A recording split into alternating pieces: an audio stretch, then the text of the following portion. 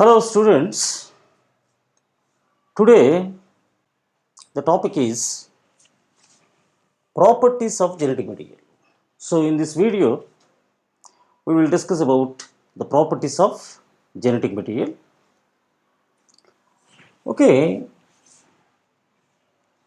so if any chemical that has to behave as genetic material,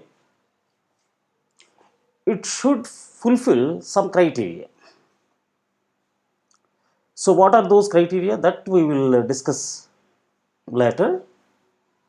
Before that, I remind you that before Hershey and Chase experiment, there was a debate between protein and DNA to be genetic material.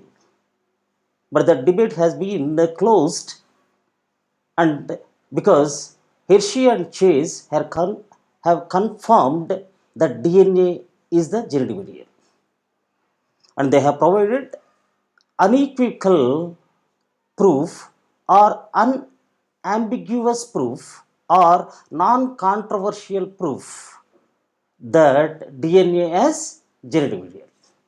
That we discussed in the previous video. Now, let us say which one has to be considered as the true genetic material.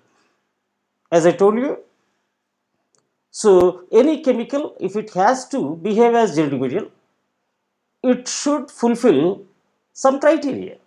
Let us say what are those criteria. The first one, it should be chemically and structurally stable. Okay, so the genetic material should have stability structurally as well as chemically. That is the first criteria. And the second one, it should be able to generate its replica. Means what? It should duplicate. It should generate its own copy. That means, remember one thing, that genetic material will pass from parents to children and from one generation to other generation.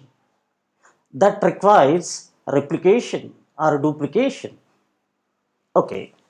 And the third one, it should provide scope for slow mutations. Slow mutations which are required for evolution. So, without mutation, different types of species will not be formed. We are finding so many species on the earth surface today. This is all the result of what mutations. Okay. So, that is the third criterion. And the fourth one, it should be able to express itself in the form of Mendelian characters. So the characters should be expressed. Okay. So how the characters will be expressed? Actually, we have some idea that DNA will produce RNA, that is mRNA, and mRNA will produce what? Proteins, and the protein will behave as enzyme, and that enzyme will catalyze a reaction, as a result of which the product is formed, and that product is responsible for that trait or the character. So this is called gene expression. Okay, so now let us see whether now the competition is between DNA and RNA. So who are in the race now? DNA versus RNA. Let us see which is going to fulfill these four criteria. Okay, you see, the first one, it should be chemically and structurally stable. And which is stable? DNA is stable. That doesn't mean that RNA is not unstable, but it is less stable.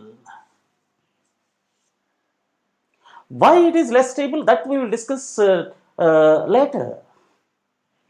And now let us say it should be able to generate its replica. So DNA as well as RNA are made up of what? Several nucleotides. And according to, okay, So this complementarity, so one more strand can be formed. So that's why DNA can replicate, even RNA can replicate. Okay, and the third one, slow mutations. Both are showing mutations. But we know that DNA is generally double stranded, and that's why it will show slow mutations, whereas it is single stranded, and that's why it will show fast mutations. And actually, slow mutations are required for evolution, not fast mutations. Means what, if fast mutations will lead to what? Changes, instant changes. Okay, so now let us see the fourth one. It should express itself in the form of Mendelian characters. And you see, DNA has the information for the character, but it cannot express the character on its own. It requires the mediator. And who is the mediator? RNA.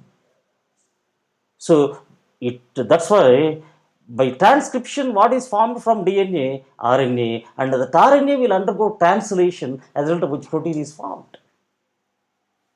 So from RNA, if you look directly from RNA, what is coming? Protein is coming. So that's why the RNA can express on its own. So now let us judge. So among the four characters, how many characters are satisfied by, are fulfilled by the DNA? Okay, one, stable. Second one, replication and slow mutations. Three. And whereas when we come to RNA, so the RNA has fulfilled only two characters here, or two criteria. That is, it can replicate and it can express.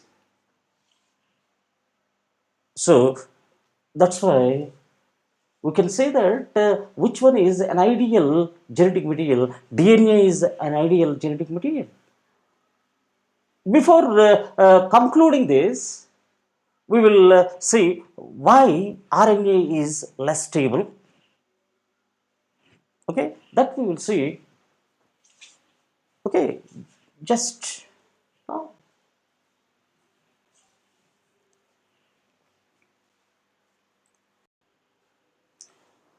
Let us see now what makes RNA less stable and what makes the DNA more stable chemically and structurally. Okay, let us see the RNA ribonucleic acid is made up of what sugar? Ribose sugar with the formula C5H10O5.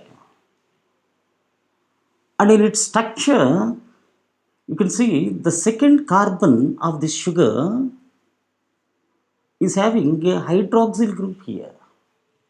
So this is called 2' hydroxyl group. 2' hydroxyl group, which is a reactive group. And because of the presence of this hydroxyl group, it will change, or it will undergo some chemical reaction and will change. And whereas when you see the sugar in DNA, it is deoxyribose sugar with the formula C5H10O4. One oxygen atom is less. And you can see the second carbon doesn't have hydroxyl group. Instead of, it has a hydrogen group, which is less reactive in comparison with hydroxyl group. So the absence of this 2' OH group in DNA makes it more strong in comparison with RNA. And when we see the pyrimidines of RNA include uracil and cytosine, whereas in DNA, in the place of uracil, what you will find? Thymine. And actually, thymine is nothing but uracil only with one extra group. And what is that group? Methyl group. That's why the alternate name of thymine is what? 5-methyl uracil. And this thymine is more stable than uracil.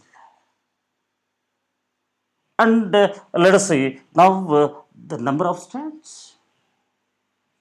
RNA has only one strand, it is single stranded, whereas DNA is having double stranded or two strands which are connected by hydrogen bonds and which will make the DNA more stable. And one more thing, because of this double stranded nature of DNA, the DNA has evolved one property of what repair. Repairing is possible because if suppose on one strand, okay, sequence is like this: AA, GG, CC, TT. This is 5 prime end, and this is 3 prime end. And what will be the strand here? This is 5 prime, and this is 3 prime. And we know that the sequence will be complementary to the sequence on the opposite strand.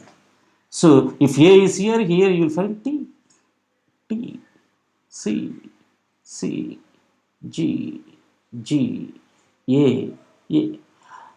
Imagine that something happened and because of which it has lost these two nitrogen bases. And is it very difficult for this repair?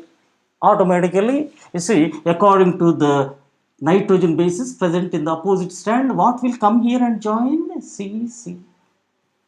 That's how repair is possible. But when it is single stranded, repair is not at all possible. Suppose let us say A, A, U, U, G, G, C, C. It is the sequence of RNA. Suppose it has lost some U, U. How can this will be okay compensated? It is very difficult. So repairing is possible as DNA is double stranded. All these features makes the DNA okay a stable compound chemically as well as structurally, and we can conclude here that DNA is an ideal genetic material in comparison with RNA. But it doesn't mean that RNA is not at all required. We will discuss about the functions of RNA later.